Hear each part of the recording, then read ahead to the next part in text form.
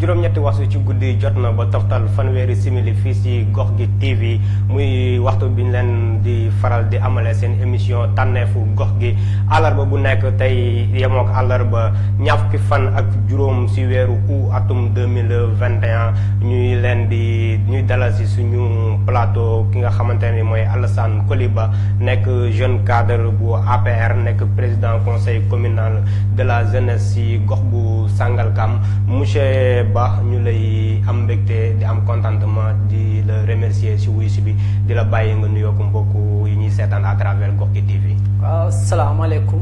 maa ngi leen nuyu bu baax ku nekk ci turam ak santam maa ngi tudd Alassane Couliba nekk président conseil communal de la jeunesse bu Sangalkam nekk aussi militant alliance pour la république di jàppale le président Macky Sall. maa ngi lay nuyu bu baax di la ziar di nuyu aussi képp koo xamante ne mu ngi seetaan Gox TV. di rafetlu aussi vraiment invitation bi ma invité. d'accord monsieur Ba comme niñ ko xamalee démb ki nga xamante ni mooy président bu Tchad di Hissène Habré ginnaaw bi nga xamante ni génn na dëkkam ñëw fii biir Sénégal nekk fi ab diir ba ñu amale ko procès chambre criminelle bu Afrique atte ko daan ko bu li nga xamante ni mooy dundam yëpp mu war ko dem ci kaso bi yàlla moom ko dem ci mbas mi nga xamante ni mooy Covid 19 mu indi ay wax yu bëri par rapport ak loolu ginnaaw bu ñu joxe waatee suñu njaal fameem di ko ñaanal yàlla xare ko àjjana lan ngay wax ci mbir moomu. man li may wax ci mbir moomu rek mooy Hissène Habré président africain la ñëpp xam nañ ko yàlla def mu génn àdduna ci Covid 19 donc ñu ngi profité di jaale famille am di wax ni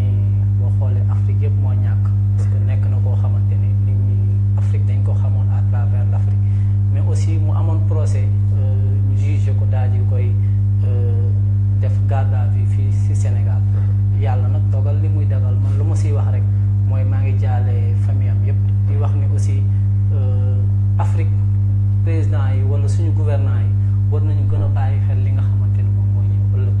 ñu xam ni aussi il y a une vie après le pouvoir te nit ku nekk aussi soxla nga dund boo xamante ni dund bu am sécurité la di profiter aussi di lancer un appel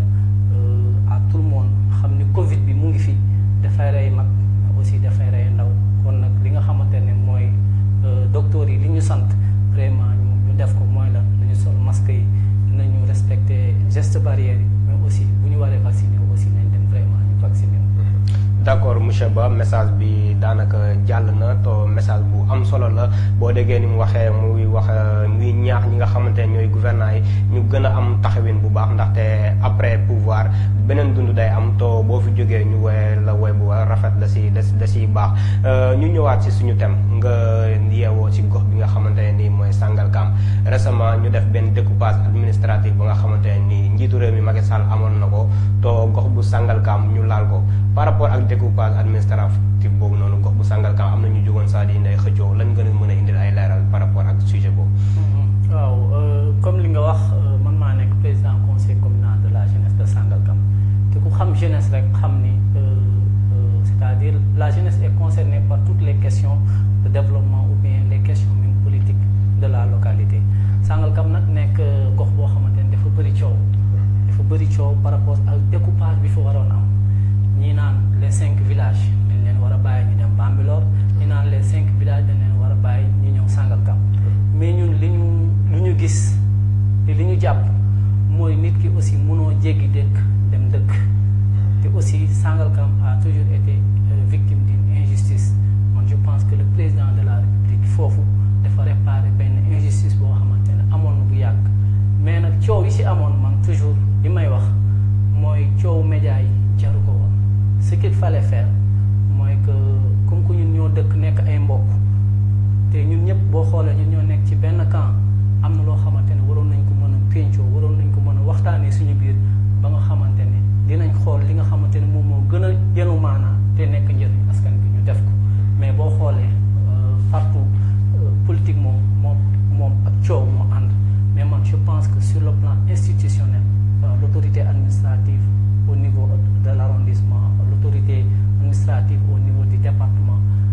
renseignement je pense que message bi ñu véhiculé message boobu moo baax te vraiment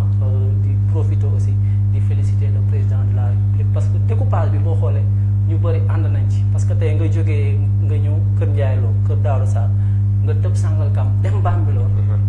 loolu képp koo xamante ne am nga xel xam nga ni loolu yenuwul maanaam donc le président de la République n'a fait que corriger les imperfections qui ont été causées par l'ancien régime. mais si loolu am na ña nga xamante ne ay ndaw lañ nekk biir Sangalkam Bambilor ak ñeneen génn di ñaawlu si li nga xamante ne mooy découpage administratif bi ndax am na ña nga xamante ne dañ ne am na zone ya nga xamante ne nii Bambilor la gën a jege ñu yóbbu ko biir Sangalkam wala Sangalkam la gën a jege ñu yóbbu ko biir Bambilor est-ce que jàpp na ne étude bi ñu waroon a def pour découpage administratif wàcc sur le terrain xool quartier bu nekk fi mu war a méngool ñu yóbbu ko foofu def nañ ko réellement. loolu mënu ma cee sori si wàllu étude est-ce que def nañ étude wala est-ce que def nañ étude mais man li may wax rek mooy que villages yooyu yëpp ce sont des villages qui sont sociologiquement liés tey muy Sangalkam muy Bambilor l'essentiel man li ma doon xaar mooy mu am équilibre te am na équilibre. waaw te parce que nit ki aussi booy xool équilibre moo nekk li gën a am solo mais li ci des nag ku nekk am na ko àndal politique la man dama jàpp ne loolu coowal politique la te man vraiment du ma si sori parce que même coow boobu bi mu jógee man àdduma ci lu bëri parce que dama jàpp ne coow bi amul importance ce qui est important mooy que nit ñi dañ nekk ay nit ñu am xel dañu war a nekk ay nit ñoo xamante ne ñu am vision la dañu war a nekk ay nit ñoo xamante ne dañ maanaam si seen xalaat fu ñu xalaatee rek waruñu am des esprits manipulés. Nous devons pouvoir penser en responsable savoir que lii war na mën a nekk lii warul mën a nekk lii yenu na maanaam lii yenuwul maanaam te si loolu man laa au génie si ce sens de la responsabilité là ce sens de la liberté de juger les choses comme il se doit du diw laa àndal diw lii la bëgg rek ma topp ko si loolu wala ànduma ak diw damay attaqué keneen kii wala noonu déedéet ay ndaw lañ ci dëkk bi lañ dëkk nañ am fulla am fayda lépp loo xamante ne dañ koy def mu nekk loo xamante ne njëriñu dëkk bi la nañ ci ànd lépp loo xamante ne dañ koy def gis nañ ni lii nekkul njëriñu dëkk bi muñ ci ànd. d'accord ngay njiitu président nga nekk président conseil communal de la jeunesse bu Sangalkam tout d'abord lan mooy rôle wala lan mooy intérêt conseil communal de la jeunesse ci biir municipalité bi ak ci biir gox bi nga xamante ne nii fa la implanté wu. waaw conseil communal de la jeunesse dafa nekk structure boo xamante ne bari na njëriñ trop parce que boo xoolee ñi nekk ci conseil communal de la jeunesse yi ci foyer des jeunes yi ak ci ASC yi ak ci association à la base yi la ñuy jógee donc conseil bi dafa nekk trait entre la municipalité et les jeunes conseil bi aussi dafay liggéey ay ONG yoo xamante ne dañu am seeni programme mais aussi à travers le ministère de la jeunesse le conseil communal de la jeunesse des fois dafay recevoir ay programmes ak ay projets yoo xamante ne c'est des projets du ministère si je prends l'exemple de Sangalkam nous avons la ferme de Sangalkam qui se trouve à Isra donc cette ferme boo xoolee 27 jeunes ñu ngi ciy liggéey mais nekkul rek ay jeunes yoo xamante ne Sangalkam lañ dëkk parce que am na jeunes yoo xamante ne Pikine lañ dëkk am na jeunes yoo xamante ne Guédiawaye lañ dëkk mais foofu jeunes yi ñu ngi fa essayer def projet agriculture di fa jéem a bay di fa def aussi apiculture mais c'est des volontaires yoo xamante ne c'est le ministère de la jeunesse moo leen di accompagner donc ci côté boobu man jàpp naa ni conseil bi mënuñu wax ni def na lu bëri wala am na résultat yu bëri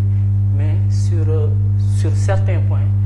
conseil bi mu ngi xool lan moo nekk jafe-jafe jeunes yi di leen jéem a jàppale de façon efficace pas nekk fii di leen dig naan di def loo xamante ne réaliste lu wala di ñëw di leen wax loo xamante ne mënoo nekk mais de façon efficace selon nos moyens conseil communal de la jeunesse mu ngi jege jeunes yi di leen jéem a encadrer di leen jéem a jàppale mais surtout di leen indil information l'accès à information parce que jeunes yi man jàpp naa ne ñu bëri ils ont un problème d'information tey da nga naan DER war na def dara wala ANPEJ war na def dara wala 3FPT war na def dara mais ñenn ñi bu ñu jëlee information ñu jox ko jeunes yi am na jeunes yoo xamante ni ñu ko war a exploiter dañ ko exploiter. d'accord wax nga jafe-jafe yu jeunes yi jànkonteel te ku wax jafe-jafe jeunes yi wax employabilité wax problème d'emploi ban taxawaay la conseil communal de la jeunesse am ci biir pour wutal ndaw yi xëy ci biir gox bi nga xamante ni foofu la nekk. ci loolu laa doon wax c'est-à-dire le conseil communal de la jeunesse ou bien le conseil départemental ou le conseil national n'a pas rôle de taxawaay bi nga xamante mais notre mission c'est de faciliter l'accès à l'information aux jeunes, c'est d'essayer de diffuser et de partager les programmes de l'État ba nga xamante ne jeunes yi dañ koy mën a aakimoo dañuy mën a exploiter buntu yooyu nga xamante ne bu fekkee ku bëgg a def formation la wala ku bëgg a liggéey. mais loolu dafa am lu ma ci wax dafa am benn problème bu ci am si yenn jeunes yi tey bu fekkee DER dafay am lu muy def wala ANPEJ lu muy def nga jox leen information boobu au lieu jeune bi jël responsabilité dem def déposer projet wala def dara danaa noo li politique la. yéen est-ce que da ngeen di ubbi benn bureau ba nga xamante ne nii jeune bu am projet dina ñëw foofu noonu ngeen jàppale ko si wàllu inscription bi. ñun li ñuy def par exemple si dans la commune de Sangalkam ou de façon générale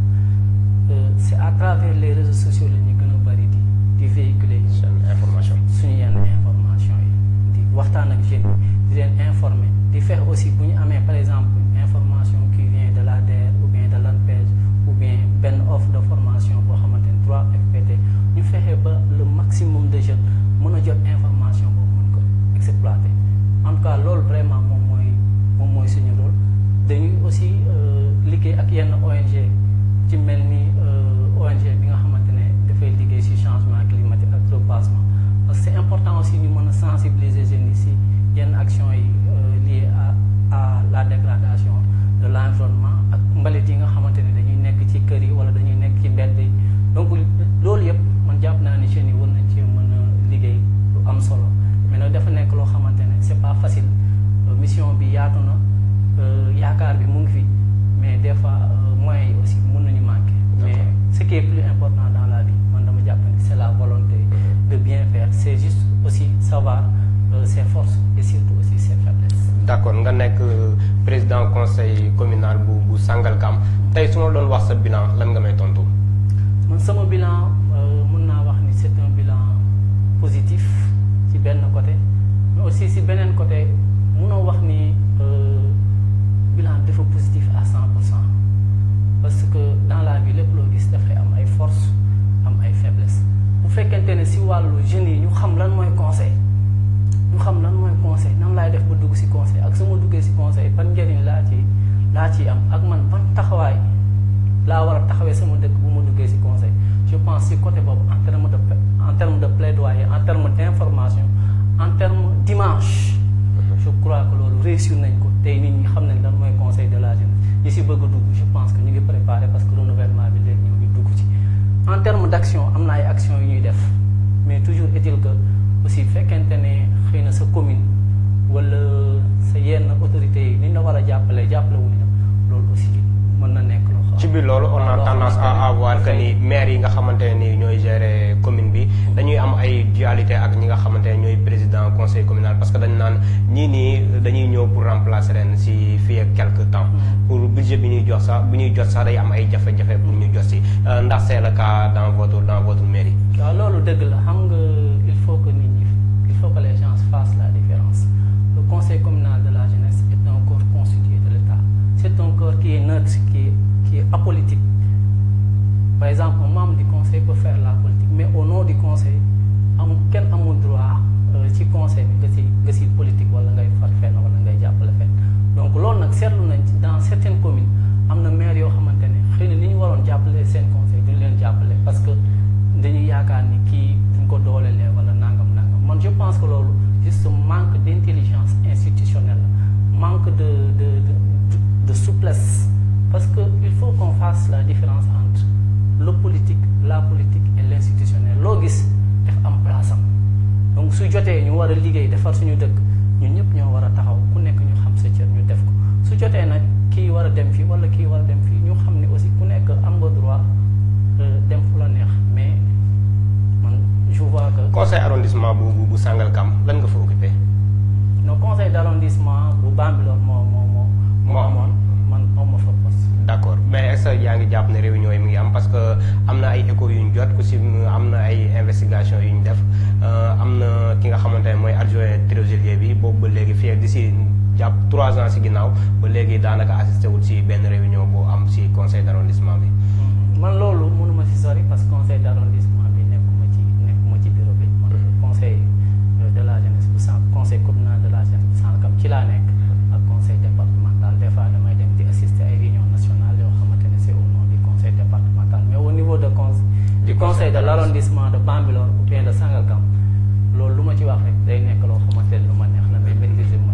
maîtriser au conseil arrondissement mais conseil départemental bi maîtriser nga ko si conseil départemental boobu am na ay problèmes yu fa am ndax ki nga xamante ne ni moo ko jiite di Abou Sow nekk président bi amoon na ay problèmes yu am si diggante wàll si ba fa Néné Fatoumata Tall mi nga xamante ne ni mooy ministre de la jeunesse bu fi waaj a ñëw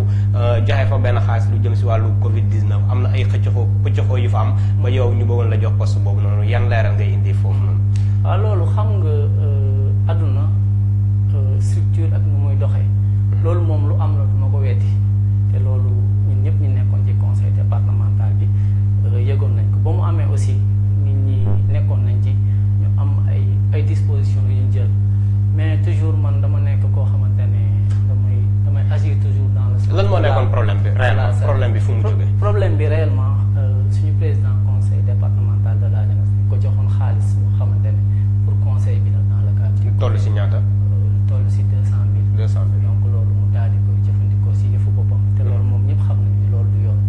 mais ñu amoon ci ay jafe-jafe mais bu ñu demee ñu toog ñu waxtaan ñenn ci conseil bi gis ni que am na loo xamante ne xëy na jaralu leen ko donc ñun aussi man nekkuma koo xamante ne damay xëccu pour ñu jox ma nangam wala ñu jox ma nangam parce que tey man fu ma toll man je pense que war naa dépasser boobu. pour vous dire que quand le ministre de la jeunesse bi mu ñëwee Rufisque ñu bëri foo ne woon nañ Rufisque day am problème mais toujours que nit ki dafa am fu ñu lay yaakaar wala am na lu ñu lay xoolee toujours yenn décision yi wala am na acte yoo xamante ne boo koy def da nga war a xool bu baax donc munoon naa am loo xam ne dama koy réclamer mais man maay toog fii man maay def lii mais dama xool ne rek comme que ñoom ay kilifa lañ ñëw nañ ñu seet si ak le préfet nekk fa autorité yëpp nekk fa rafetul ñu naan Tëngéej nangam ma am nu ma doxalee pour que juste que aussi événement bi ñu sauvé ko bi ñu jógee ci loolu aussi ñu waxtaan ba léegi peut-être il y a des difficultés mais ce sont des difficultés que nous gérons. mais 200 000 yooyu ba léegi amul fu mu mujjul fenn. non loolu mujjul defu leen yenn investigation parce que quoi qu'on puisse dire même bu fekkee yow intéressé wul sa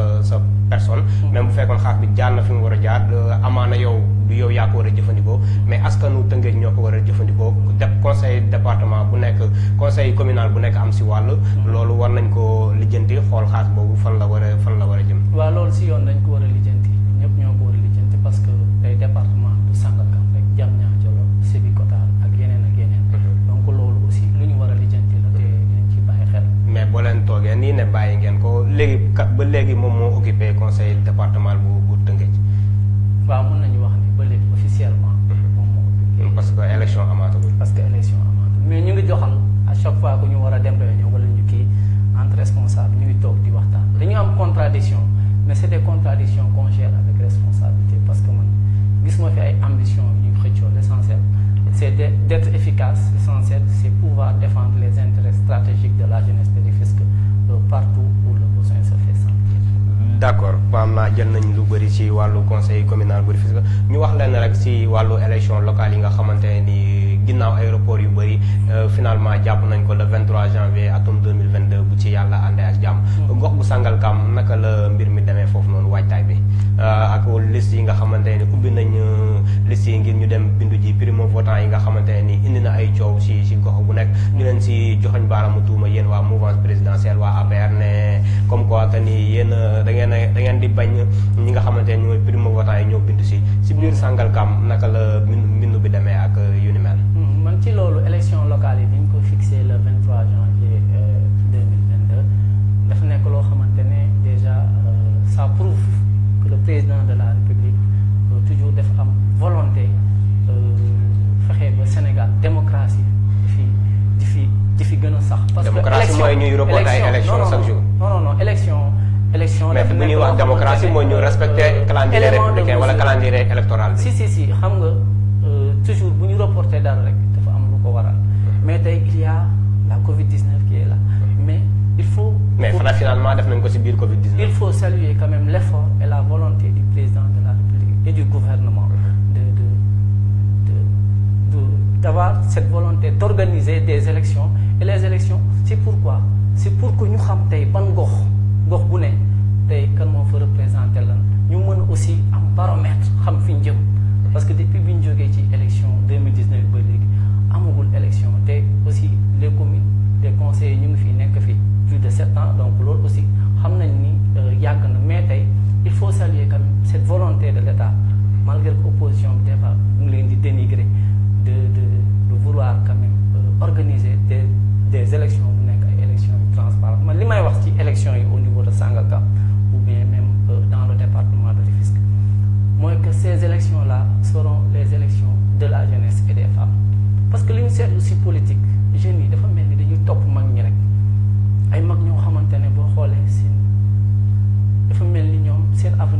tey boo nee élection yi nga xamante ne élection de la jeunesse la et les femmes. to ñu gis caution bi nga xamante ne nii fixé nañ ko si lu toll 15 millions. jeunes yu si bëri même bu ñu fekkee am nañ ay projet même bu fekkee am nañ ay ambition si seen biir gox. amaana duñu am 15 millions yi nga xamante ne dinañ ko jël pour joxe ko caution. man caution bi dinaa si ñëw sax am na lu ma ci bëgg wax mais boo gisee ma ne élection yi ce sont les élections des jeunes et des femmes parce que c'est par rapport au contexte. D'accord. Jeunes yi tey am na ay jeunes yoo xamante ne dans les communes c'est des jeunes compétents c'est des jeunes politiquement engagés mais soo xoolee si niveau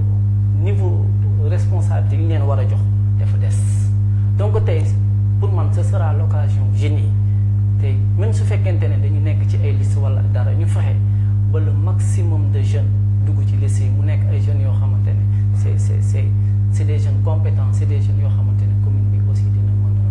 dina mën a compter si ñoom si côté jigéen ñi tamit c'est la même chose tey suñu yaay yi ñoom la ñu mobiliser di leen dugal ci cadre di leen yóbbu mais en termes de responsabilisation bu jotee dañu gis ni yeneen mag ñi yeneen góor ñi lañu gën di responsable donc loolu aussi war nañ ci bàyyi xel nga wax sànq par rapport au primo-votant man li ma gis mooy à Sangalkam quand même les inscriptions sur les listes électorales se passent bien et damay saluer tamit engagement jeunes yi parce que ñun aussi ñu ngi ciy def suñu sensibilisation bu mag gis nañ même des partis politiques Pastef surtout keroog gis naa leen ñu def seen caravane loolu def nekk loo xamante ne c'est très important parce que parti politique tamit rôle am sensibilisation def si bopp. donc problème résidence yi ñuy wax amul biir Sangalkam. non man yëguma ko problème résidence yi yëguma ko te man jàpp naa ne jeunes yi ñu ngi inscrire te man c'est là-bas le vrai combat c'est là-bas parce que tey bu fekkente ne li may wax benn waaye ma ne ko dafa am ñoo xam dañuy wër di wax mais wër di wax c'est pas ça la solution da ngay dem nga ut carte électeur nga mën di fal nga mën di folli. waaw si primo-votants yi nga xamante ne nii amaguñ carte d'identité nationale. fii ak 2022 dañuy am 18 ans ñu ne leen bala ngeen a bindu si liste électorale yi faaw nga am carte d'identité ba pare ñëw soog a bindu loolu tamit mën na indi ay jafe-jafe parce que un mois 15 jours la pour loolu jeex. waaw parce que délai bi dëgg la li ci des bëreetul. mais man selon information yi ma am bu fekkee da nga dem sous préfecture nga bind foofu délai de 3 jours ou 4 jours sa carte d'identité mën na génn après nga dem bind. selon information 3 jours 4 jours lu jàpp nga ne carte d'identité mën na si génn est-ce que c'est une information vérifiée parce que bu ñuy wax Sénégal daanaka carte d'identité mën na dem au-delà de 15 jours wala 20 jours même. waaw naturellement noonu la daan demee mais man je pense que avec le contexte gars yi. est-ce que jàppoon ne gënul woon boo bindoo rek ñu jox la récépissé bi nga xamante ne nii wane na nga ne bindu nga ngir am carte d'identité est-ce que si récépissé boobu noonu boo ko boolee ak certificat de résidence gënul woon nga dem bindu si électoral yi le temps sa carte d'identité di génn. waaw loolu moom je prends acte ni formule boobu moo gënoon te la prochaine fois je sais pas erreur bi ban niveau la nekk mais tout ça c'est des imperfections yoo xamante ne war nañ ko corriger sànq da nga wax par rapport à la caution. donc caution bi man dama jàpp ni. nous sommes dans une société organisée donc nit ki aussi bu fekkente ne da nga jóg nga ne da nga bëgg a jiite mairie war nga mën a am na ay mesures d'accompagnement yoo war a mën a am na forme de représentativité boo war a mën a am donc te man jàpp naa ni tey bu fekkente am na ay jeunes yoo xamante ni soit dañu bëgg a nekk maire wala dañu bëgg a kii ñooñu war nañoo mën a góorgóorlu caution bi dëgg la bëri na mais nag nit ñi war nañoo mën a góorgóorlu versé ko te aussi élection def nekk loo xamante ne les élections ont au coût tey munoo yow nga ne da ngay bokk élection tey kii dañ koy imprimer. mais 15 millions ko nga xamante ne nii ab góorgóorlu la loolu du la ko may 15 millions bëri na de Alassane. donc 15 millions quand même pour dire vrai nekk na loo xamante ne bëri na mais élection départementale dafa am coût tey boo xoolee par exemple dans la commune wala dans le département ñaata bureau de vote ñoo fa nekk. ñaata imprimé la ñu war a defal ak leneen ak matériel bi nga xamante ne moom mooy accompagner l'organisation des élections donc cela aussi a un coût donc il faut que le candidat aussi lui-même mu mën a participer si loolu mais seulement dañ ciy gën a bàyyi xel bu beneen yoon aussi ñu mu nekk loo xamante ne dañ ciy gën a waxtaan. participation bi jàppoon na 5 millions wala maximum 10 millions doy si woon. mais est-ce que loolu aussi du tuuti. parce que élection du ay caaxaan moo ko kii mais man lu ma jàpp rek mooy bu beneen yoonee xëy na affaire yi dañ ko xaw a gaawantu mais bu beneen yoonee muy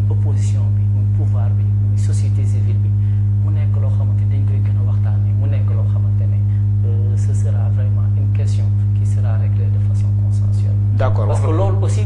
mooy tax suñu démocratie locale suñu démocratie nationale de façon générale mu nekk vitrine ñu gën a seetaan ñu xam ni que au Sénégal il y a une opposition il y a des gouvernants sur certaines questions mën nañ ñàkk d'accord mais sur certaines questions ils sont obligés d'être ensemble. su ñu nga sànq problème mu imprimé yi nga xamante ni mooy bulletin yi nga xamante ni benn coût lay engendré lan mooy problème mu Sénégal ba mënul dem ci bulletin unique nga ne serait-ce que dina wàññi yenn coûts yi nga xamante ne dinañ ko financer ci élection. waaw loolu man dama jàpp ni bulletin unique lu war a nekk la dama xamul nag lan mooy jafe-jafe yi wala est-ce que bulletin unique bi par exemple par rapport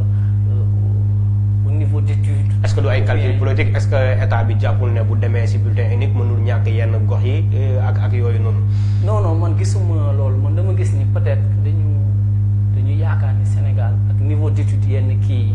boo demee ci yenn localité ak suñu yenn maam yi ak suñu yenn tante yi je pense que boo xoolee dans les pays occidentaux ñoom seen niveau d'organisation ak seen niveau technologie fu mu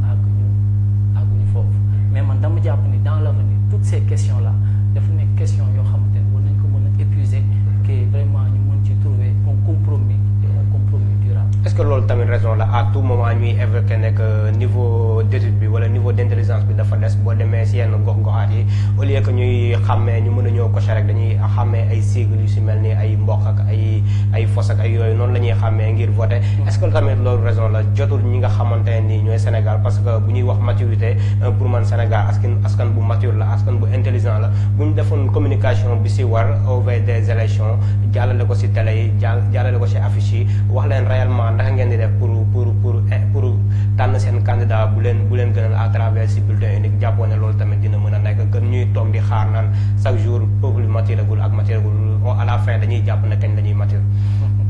waaw question bu am solo la c'est une question très passionnante moi je pense que dans l'avenir que état bi ñëpp war nañu def benn volonté ku ñu wone ni ñun aussi on va aller de l'avant mais peut-être que ça demande du temps mais espérons que d'ici peu qu'il y aura quand même des changements parce que pour dire vrai que en termes d'élection am na fu ñu jóge am na fi ñu yem il y a des imperfections il faut le concevoir il y a peut-être des manquements mais moi je pense que dans l'avenir il faut que nous tous les acteurs la société civile même la presse am na ci rôle que pour ñu sentir que le Sénégal est vraiment sur le bon chemin en matière d'organisation des élections. wax nga ko sànq ne élection yi ñu jëm élection ndaw la ngay ndaw nekk président ba nga xamante ni mooy conseil communal bu Sangalkam da nga fas yéene samp sa ndënd ci élection locale yi ñu jëm. waaw man pour dire vrai fas yéene bu ma samp sama ndënd parce que ci sama xalaat ci sama gis-gis mooy que ci dundu nit ki dafa am jaar-jaar dafa am loo xamante ne soo ko bëggee dafa am da nga koy waajal. pare boo daal. waaw te balaa nga ne naam nekk. pare te politique aussi il faut le dire politique nekkul lu yomb. moi j'ai très tôt fait la politique j'ai été dans le mouvement associatif politique ku la wax nii dafa yomb da lay nax. mais nag c'est très passionnant en tout cas dinaa xool bu baax képp koo xamante ne jël nga en préoccupation les questions liées à la jeunesse képp koo xamante ne ci sa liste gis naa nga investir ay jeunes yoo xamante ne crédible la képp koo xamante ne aussi ci suñu dëkk yi nga xamante ne suñu village gis nañ la nga bàyyi leen xel par rapport ak say réalisation képp koo xamante ne aussi gis nañ ni yaa ngi jàppale jeunes yi yaa ngi jege jeunes yi seen par rapport ak seen préoccupation kooku vous avez de fortes chances que man Alassane Ba ma jàppale. kon jëlagoo décision jàppale kenn. non pour l'instant jëluma décision jàppale kenn dama toog sama ruq mais je soutiens la vision du président de la République on reste à l'écoute aussi. si le président de la République demain dit que telle personne moom mooy candidat après kooku ngay fas yéene commune de Sangalkam dinañ ko jàppale mais aussi avec des conditions. avec des conditions c'est-à-dire. mu jël préoccupation conseil communal de la jeunesse mu jël préoccupation jeunes yi. mu xam ni nit ki bu ñu la falee ñi la fal da nga leen war a déglu da nga leen war a respecter da nga leen war a nawloo parce que nit ki il faut que les gens arrêtent bu nit bëggee dara ñu ne diw amul xaalis diw nangam du xaalis affaire bi du xaalis man dafa am lu ma représenté kee dafa am lu ma représenté kee dafa suñu doole boole ko jox ko benn nit donc nit kooku bu ñu ko joxee suñu doole nga xam ne ñu moom il n'est rien sans nous bu fekkente ne daf am comportement bu mu am loolu après dafa mel ni moom def ñuy utiliser rek après sànniwaat loolu nag il faut que loolu ça cesse il faut que pouvoir bi dañ ko delloowaat askan bi ñu ngi gën a déglu askan bi s'il y a des problèmes s'il y a des questions qu'il faut aborder politiciens yi wala suñu maire yi nañu delluwaat askan bi dégluwaat askan bi bu ñu dégloo askan bi dinañ xam quelle est la décision qu'il faut prendre mais malheureusement suñu maire yi bu ñu leen falee ba pare te ñu nekk à déphasage ak la réalité wala ñu nekk seen ginnaaw aussi ñu si gën a bëri boo xoolee ñun suñu commune bi tey dañu naan boo nekkee conseil rek tekki nga parce que ngay dem ji ay suuf affaire su ma déggee sànq nga naan suñu maire dafa mel ni dafa am koy waxal di ko di ciblé wala. non amul kenn ku ma ciblé mais de façon générale. parce que xam nga maire dafa nekk lu am solo. d'accord sa askan yëpp jiital la ne la yow yaa yor suñu mbir. un maire il doit être très proche des populations il doit être à l'écoute ki ànd ak moom des fois ak ki àndul ak moom yëpp dafa war a bàyyi xel ñëpp parce que moom moo jaboote ñëpp. mais tey malheureusement nit ñi casquette politique bi la ñu xool de trop alors casquette politique bi am na solo mais boo ko joxee solo ci benn kii bi mën tamit yàq lu bëri. donc écoute boobu am complicité ak sa jeunesse di leen respecter di leen teg seen place waxuñu ngay jël dara di leen may di leen neexal non parce que tey nit ku ne man jàpp naa ne nit ku ne la lay jariñ yow yaa koy dem di jël sa bopp mais dañu war a redéfiniraat ban relation ban type de relation la les leaders politiques dañu war a am ci seen askan parce que tey gis nañ ñoo xamante ne ils sont très très très proches seen askan di leen déglu amuñu moyen mais ñu ngi jege askan bi di xool askan bi ci lan la ñu nekk ñu nekk ndox ñoom ci loolu à travers les ASC à travers les structures et loolu c'est très important. d'accord li tax ma ne la bu fekkee li ngay wax dafa am koo koy waxle man ma wax ko seen maire bi nga xamante ni mooy au niveau de Sangalkam di Omar Gueye nekk ministre daanaka ay activité am si wàllu ministre bi nga xamante ni moom la occupé mayu ko à tout moment muy nekk biir Sangalkam ba tax na ki nga xamante ni mooy Mamadou Diop di adjoint daanaka moo fay nekk lu bëri est-ce que tamit nekkul réellement mu Omar Gueye ngay waxal. non man je suis un jeune du département de Rufisque dëkk Sangalkam mën naa wax les maires de façon générale. d'accord waaw mais Omar Gueye c'est un ministre de la République dëkk Sangalkam. d'accord ci wàllu liggéeyam ci ministère am na loo xamante ne gis nañ ko ñu ngi siy rafetlu. am na aussi wàllu liggéeyam ci commune bi lu ci gën a bëri am na loo xam ne ñu ngi koy rafetlu par exemple il est en train de construire un stade Sangalkam. pour la jeunesse de Sangalkam loolu lu baax la. def na ay financement pour les foyers des jeunes. chaque foyer des jeunes 3 millions 500 donc loolu tout récemment aussi joxe na subvention ASC donc loolu c'est des actes yoo xamante ne que nous devons saluer en tant que jeunes mais comme li nga wax aussi am na ñoo xamante ne tey dinañ nekk ci ginnaaw autorité yi soit nekk premier adjoint nekk ñeneen mais ñooñu li ñu war a def ak ni ñu war a taxawee dafay des. d'accord parce que xëy na il règle des problèmes. da nga jàpp ne taxawaay Mamadou Diop des na. dafa des carrément te man jàpp naa ni lu bëri loo xamante ne Omar Gueye yàqaloo na ko wala nit ñi mere nañ ko Mamadou Diop moom. lan nga jàpp ne bu ko defoon tey daanaka dina ko mën a indil la nga xamante ne lu positif la fii ak élection yi di ñëw. Omar Gueye su ma amoon benn conseil bu ma koy conseillé mooy que na gën a jegewaat askanam na xam ne li mu yor bu fekkee dafa am doole tey na xam ne doole boobu askanam moom moo ko jox. d'accord na dem toog waxtaan ak askanam ak ay jeunes am parce que ñun boo xoolee ni ñu dëkkee foofu ñun ñëpp benn lañ. ñëpp benn lañ puis on a vécu des choses ensemble yoo xamante ne mun ñu ko fàtte. d'accord quel que soit aussi des fois mun nañ am divergence des visions. wala divergence d'angle de vision mais du tee am na jaar-jaar yoo xam ne dañu ko fàtte mu gën a jege askanam jeune cadre yi nga xamante ne dañu am compétence ànd ak moom di liggéey na leen responsabiliser na leen dooleel na leen valoriser parce que loolu moom mooy dooleel ëllëg li si des nag c'est la politique moom des aléas boo yàggee si politique da ngay dem ba commencer manquer ci politique parce que tamit nit ñi dañuy soxlawaat lu bees. d'accord mais jàpp naa ni sur beaucoup de plans il est en train de faire des efforts mais entourage am ñu ko entouré dama jàpp ni lu bëri fekkente ne am na lu ko yàqal wala am na loo xamante ne waroon na ko am wala am na loo boo xamante ne sax waroon na ko am te amu ko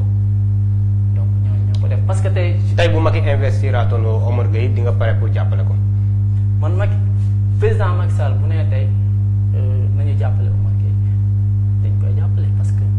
yow da nga koy jàppale parce que bu ñu xoolee am na ña nga xamante ne ni ñu ngi biir APR nekk ci commune bu Sangalkam ku ci mel ni Pape Sow il est nëbbul candidature am ci nga xamante ni mooy élection yi war a am ci 2022. xam nga tey ñun dañ nekk ci benn parti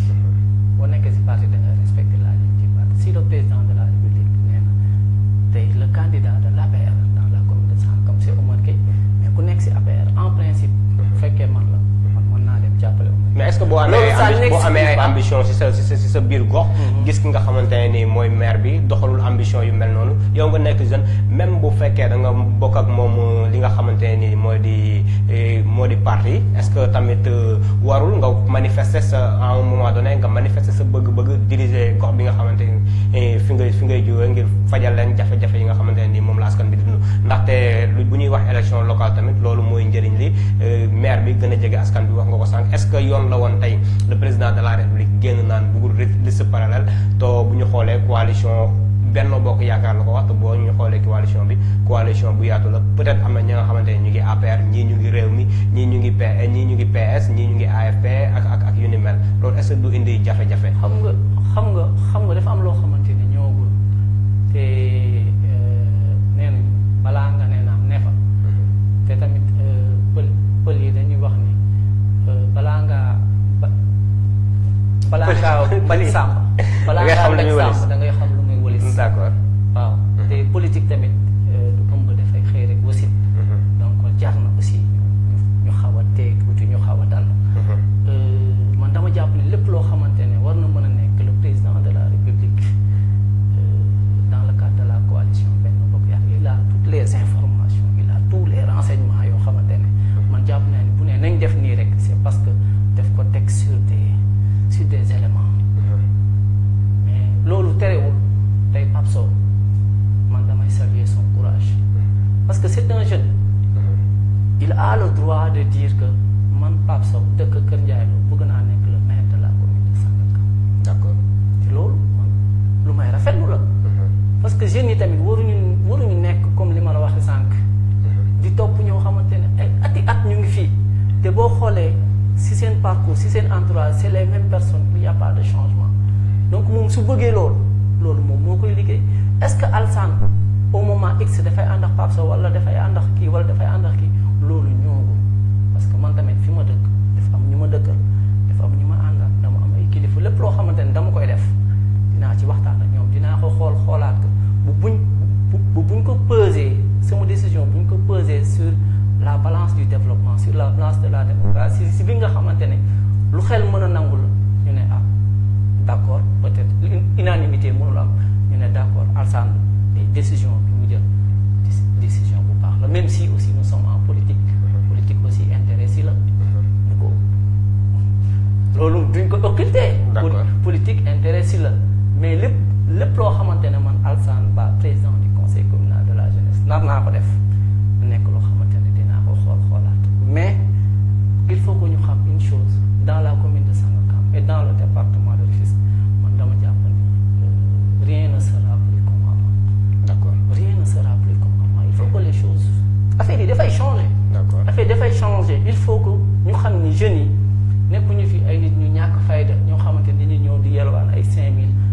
ay 10 000 francs ay 15 000 francs jeunes yi dañu nekk ñoo xamante ne dañu xam ne ci dëkk bi lañ juddoo fii lañ yaroo fii la ñu màggee donc yoruñu ay milliards amuñu ay 4x4 mais nous sommes là pour porter des changements positifs. d'accord vous êtes là pour porter des changements positifs ñuy fàttali ne que ba léegi yéen a ngi seen émission tànneefu gox gi tey ñu dalal si nga xamante ni mooy Alassane Couliba nekk jeune cadre bu Alliance pour la République di président conseil communal de la jeunesse si diwaanu Sangalkam ñu gis ñuy rumandaat ni opposition bi ñu ngi préparer benn coalition même bu fekkee sax coalition bi mettre guñ ko en place ku si mel ni Karim Wade ku si mel ni Ousmane Sonko le maire Khalifa Sall ak waa PUR di dajaloo di waxtaan ngir booloo ngir jëm si élection ngir boole seen doole jëm si élection yi loolu tiitalu leen waa APR. non loolu mu ñu tiital parce que man man dama jàpp ni coalition boobu coalition suuf kànja la rek ak doomu daal parce que c'est des gens yoo xamante ne ils ne peuvent pas aller ensemble en réalité pour dire vrai. mais ñu ngi ils ne peuvent pas aller ensemble ils essayent de le faire. mais au fond ñoom ils ont un conflit de leadership boo xamante ne c'est un conflit caché par exemple si je prends l'exemple de Ousmane Sonko. d'accord si je prends l'exemple de Khalifa Sall ñoom ñu bokkuñu ay postures. bokkuñu ay postures politiques bokkuñu un peu ay idéaux bokkuñu ay démarches. tey boo nee bokkuñu ay idéaux bokkuñu ay démarches tey ñu gis ci biir Benno Bokk Yaakaar ki nga xamante ni moo ko jiite di le président Macky Sall nekk un produit libéral ànd ak ñi nga xamante ne ay socialistes lañ tey boo ne ma ñee mënuñu ànd te yéen ngeen ànd ak ñi nga xamante ni bokk leen ay idéologie daf may jaaxal. boo xoolee lu tax ma wax la loolu sànq dama wax par exemple le cas de Ousmane Sonko bi nga xamante ne tey moo ne dafay incarner le chef de l'opposition tey moom dafa taxawoon mu ne tey ñëpp ñoo xamante ne dañu nekkoon ci système bi dañ leen war a fusiller mu dem ba citer le nom du président de la République Abdoulaye Wade tey moom mu tourné waat mu dugg ci benn coalition boo xamante ne kooku des ci nekk man su fekkoon man maay Ousmane Sonko tey damay gëm sama bopp ma demal sama bopp ma xool par exemple à Bignona qu'est-ce que je pèse à Sangalkam qu'est-ce que je pèse mais pour moi c'est une façon pour lui d'aller se casser les autres et d'essayer de les wane na boppam nekk na troisième élection yi nga xamante ni 2019 moom la ñu génn am si benn pourcentage ba nga xamante ni voilà kenn nattamteluwul doole ji nga xamante ni am na ko si biir Sénégal. loolu élection présidentielle mais xam nga élection présidentielle ak spécificité locale bokkul tey si Ousmane Sonko investit un candidat à Bignona ou bien il investit un candidat à Sangalkam donc candidat boobu voix yi mu am dina xam ni man au niveau local man tey Ousmane Sonko qui va être demain le président de la République au niveau local de Sangalkam wala de Pikine wala de Kër Massar am naa fa tant de voix am naa fa tant ñi nga xamante ne man la ñu àndal mais man lu ma gis mooy Ousmane Sonko il essaie de tromper ces gens-là te tey man lu ma gis par rapport ak posture Khalifa Sall par rapport ak posture yi nga xamante ne mooy Karim Wade avec le PDS man gisuma coalition boobu mën na prospérer gisuma ko xaw ma nag mais man yaakaaruma ni coalition boobu mën na prospérer parce que au fond boo xoolee Thierno Bocoum génn na wax au fond dafa am loo xamante ne il y a beaucoup de non-dits et peut-être que après laissons les choses. est-ce que bëggu leen a tënk ki nga xamante ni mooy Ousmane Sonko si wax yi nga xamante ne waxoon nañ ba à tout moment ngeen koy rappeler ngir tënk ko mu yem si benn wàll ngir ngeen dérouler seen ay activités politiques moo ko wax te dafa nekk loo xamante moo ko wax mais gis nañ ki nga xamante ni mooy njiitu réew Macky Sall waxoon lu ay wax yu bëri ci ay yi nga xamante ni jamono ji nga xamante ni mu ngi wutu réew mi to respecté ko lu si mel ni mu ne mandat bi dina ko wàññi 5 ans li si mel ni ministre bi dina ko def 25 ministres élection troisième candidature ba léegi ñu ngi koy laam-laamee dina ko def du ko def te moo waxoon ne nul ne peut faire plus de 2 mandats consécutifs te ñu laajaat ko si mu ne du ma wax waaw du ma wax déedéet. waaw xam nga loolu ñëwagul problème troisième mandat ñëwagul on prépare les élections locales te man dama jàpp ne élection locale yi nii te coalition Benno Bokk Yaakaar bi nga xamante ne le président